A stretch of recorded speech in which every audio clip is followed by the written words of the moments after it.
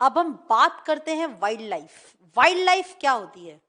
जंगली जंतु, जो प्लांट्स और एनिमल्स हैं उन्हें हम वाइल्ड लाइफ कहते हैं। वो प्लांट्स, एनिमल्स या माइक्रोब्स जिन्हें हम पालते नहीं हैं और लिविंग ऑर्गेनिज्म जो अपनी नेचुरल हैबिटेट में पाया जाता है उसे वाइल्ड लाइफ कहा जाता है। भले वो प्लांट है, एनिमल है या माइक्रोब, जो अपनी नेचुरल हैबिटेट में पाया जाता है उसे वाइल्ड लाइफ कहा जाता है। So these are the plants,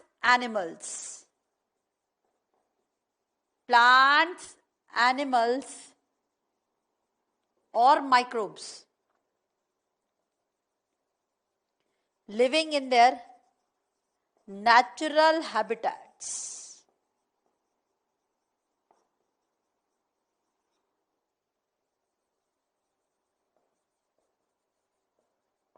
Is called as wildlife. Wildlife को भी प्रोटेक्ट करना हमारी एक ड्यूटी होती है। There are many methods how they can be saved. Okay, अब हम बात करेंगे how the wildlife can be saved. तो उसमें हम बात करेंगे कॉन्जर्वेशन ऑफ बायोडाइवर्सिटी, किस प्रकार से प्लांट्स और एनिमल्स को कंजर्व किया जा सकता है।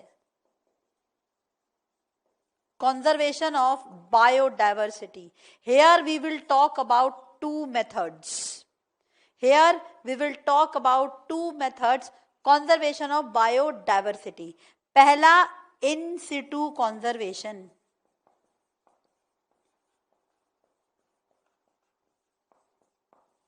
दूसरा ex situ conservation.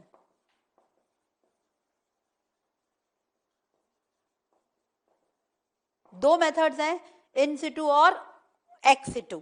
इन सिटू कॉन्जर्वेशन का मतलब होता है ऑन द साइट, जहां पे प्लांट्स और एनिमल्स रहते हैं आप उन्हें वहां उनके नेचुरल हैबिटेट में जब प्रोटेक्ट करोगे तो उसको इन सिटू कहा जाता है। जैसे कि नेशनल पार्क्स, प्रोटेक्टेड एरियाज बनाए जाते हैं। जैसे कि नेशनल पार्क्स, आप कहीं कहीं जाते हो, जैसे हम लोग ना बहुत सारी आपने देखा होगा नेशनल पार्क्स आप गए होंगे, ठीक है, जैसे कि आप रणथंबोर नेशनल पार्क गए हों या कुछ सेंचुरीज में गए हों तो वहां पे लिखा रहता है कि प्रोटेक्टेड एरियाज। जब वहाँ प्रोटेक्टेड एरियाज का मतलब ये है कि गवर्नमेंट द्वारा प्रोटेक्ट किए जा रहे हैं, वहाँ प्लांट्स और एनिमल्स अपनी नेचुरल हैबिटेट में ही रहते हैं और वो वहाँ पे उन्हें प्रोटेक्शन दी जा रही है ताकि कोई भी ह्यूमन बीइंग उनको नुकसान ना पहुंचा सके। तो national parks, wildlife sanctuaries, national parks, wildlife sanctuaries, biosphere reserves.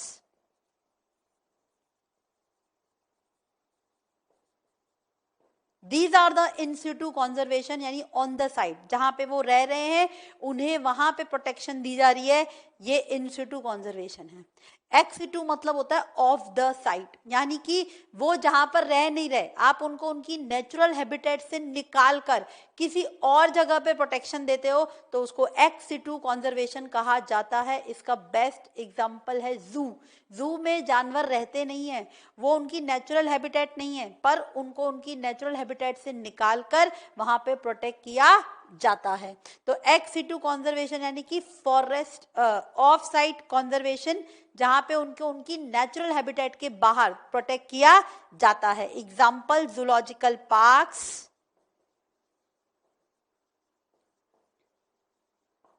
Botanical gardens,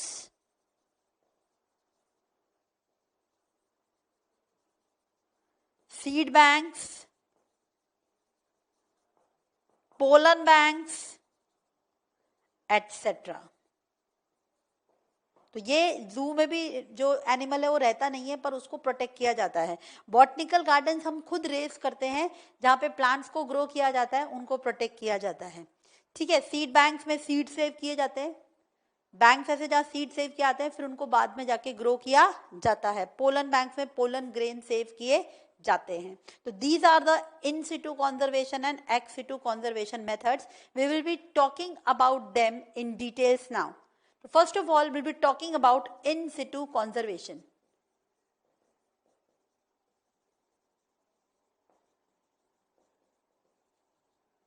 Methods. जिसमें सबसे पहले हम बात करेंगे यहाँ पे national parks.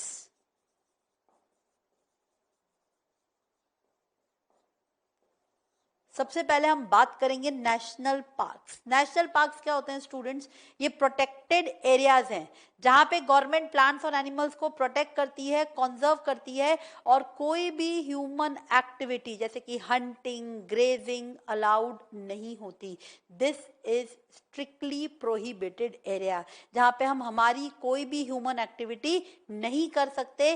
These are the protected areas for plants and animals.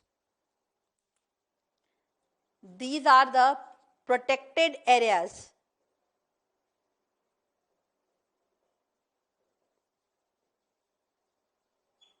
Protected areas for conservation of plants and animals. Human activity is strictly not allowed.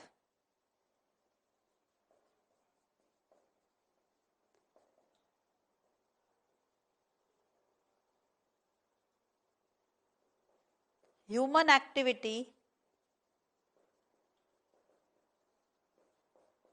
strictly not allowed.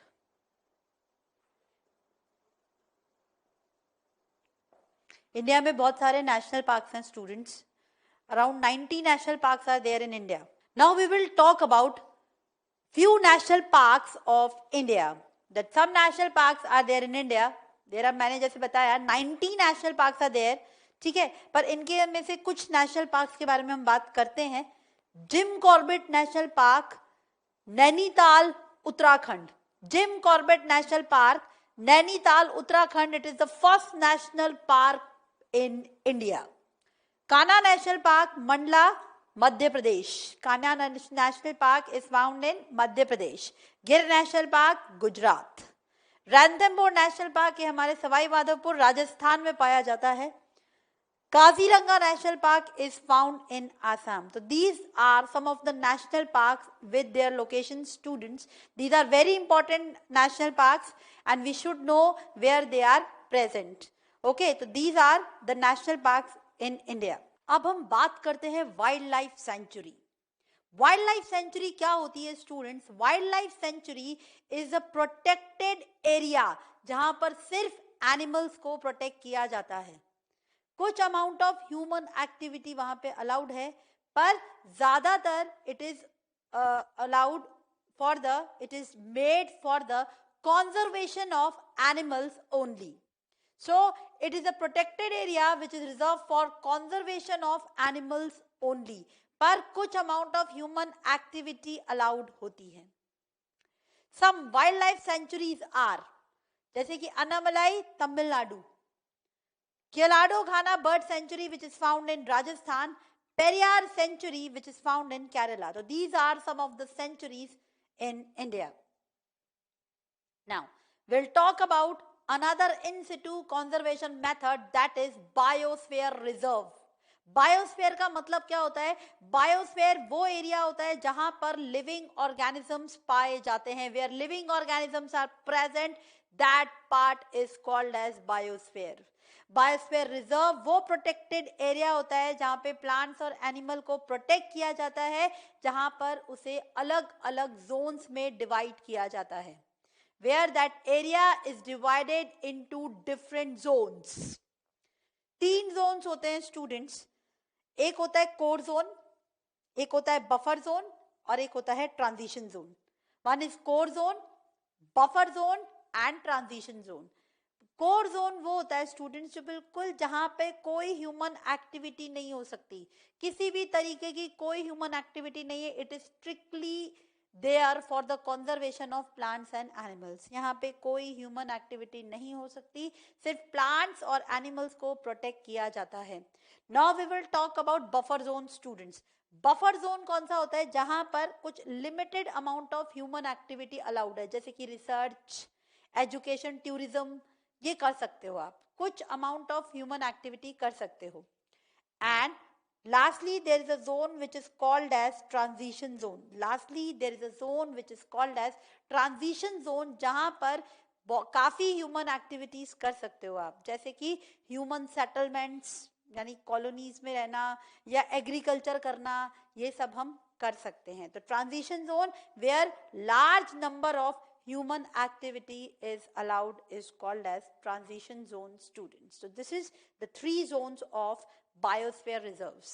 Biosphere reserves, we'll talk about the biosphere reserves, different types of biosphere reserves found in India. कुछ biosphere reserve में सबसे पहले Nilgiri biosphere reserve.